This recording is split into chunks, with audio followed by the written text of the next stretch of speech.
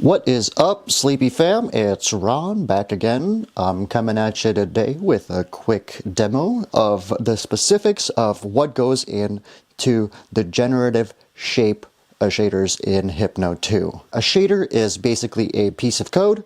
Hypno fundamentally loads these pieces of video card code and allows you to make crazy abstract visuals with them.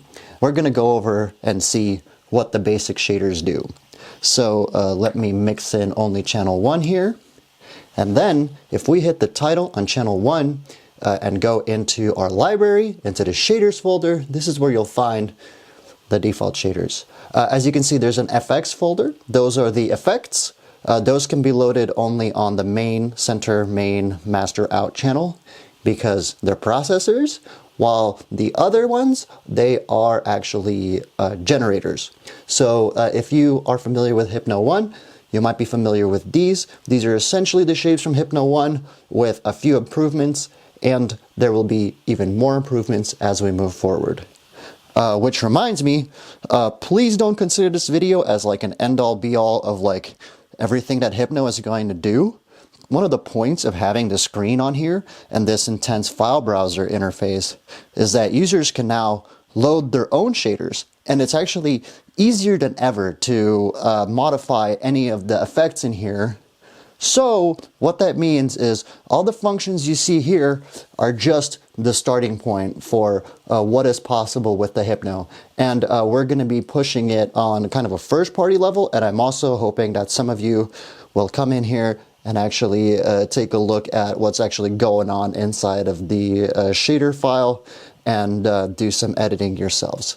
But of course, that's not required. Let's see what we get out of the box. So this is Sine shape. All of the generators are laid out in a similar fashion, but of course they can be rearranged by users, so we can't necessarily take that for granted. So just keep that in mind.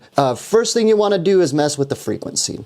This is where you'll start seeing the kind of familiar sine lines, and then you get the X offset, which is not visible when there's this line, and then a Y offset.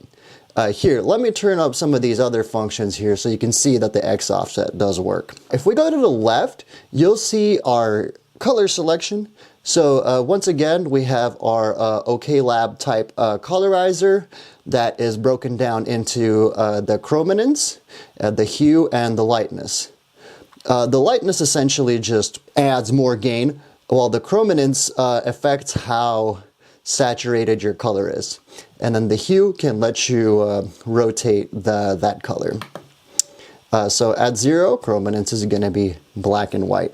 Here we got a nice little purple line, and I'm going to go with that. If you keep going to the left, you'll find a feedback mod amount, just like in the sampler. So that means we can start feeding this shape back into itself to get some interesting textures. Or we can do cross modulation. On the other channel, you can see that I have this test pattern set up. So as you can see, if I completely mix that out, you can actually now see how the test pattern is offsetting this wave. Pretty cool. And of course, if you set it up on both channels, you can set up interesting cross modulation paths. Back to the default page, let's mess with the frequency a bit, turn it up. To the right, we have fold axis, fold shape.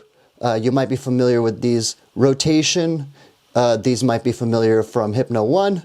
So you can kind of have additional parameters and see how to modify this shape even further. It's kind of abstract.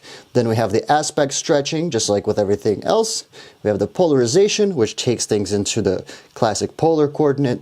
Then we have luma keying, which gives us some nice sharper lines. So we can now cut these out and get some kind of more like circle type of shape. Then we have everybody's favorite, the mirror mount. This turns up how many axes of mirroring you have, and then the second control is then going to rotate that mirror axis. Pretty sweet. Modulating that is a pretty fun time. That's what you have for the sine wave. Let's see what else we got. Then we have circle, which is a similar type of deal.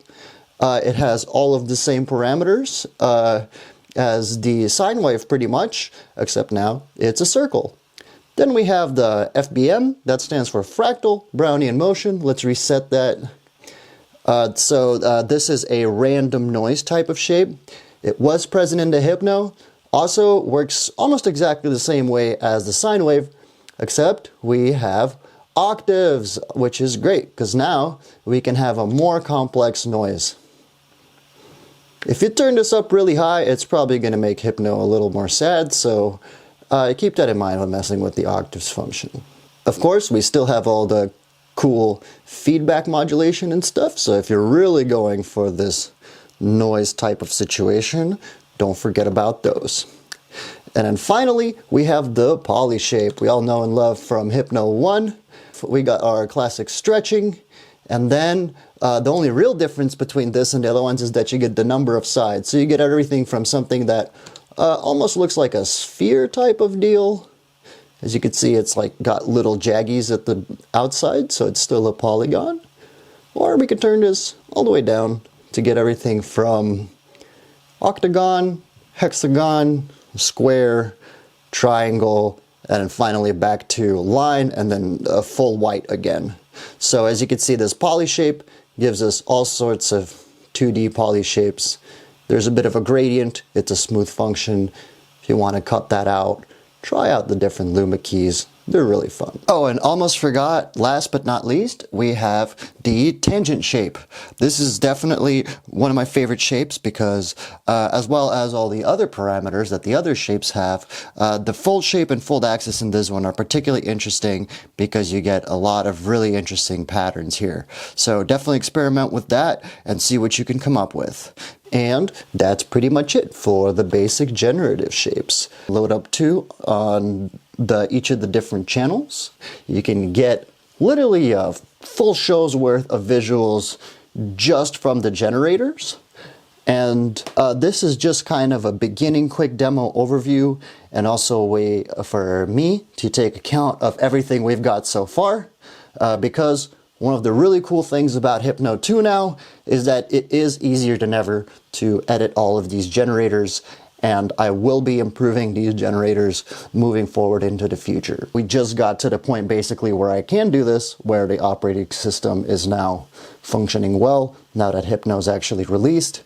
And yeah, I hope you really enjoy those. You know, shoot us an email on support@sleepycircus.com. That's the best way to contact me. But yeah, please keep it concise and constructive so that we can squash any bugs or any issues as soon as possible. And that's all I got. So thank you for listening and stay sleepy, my friends.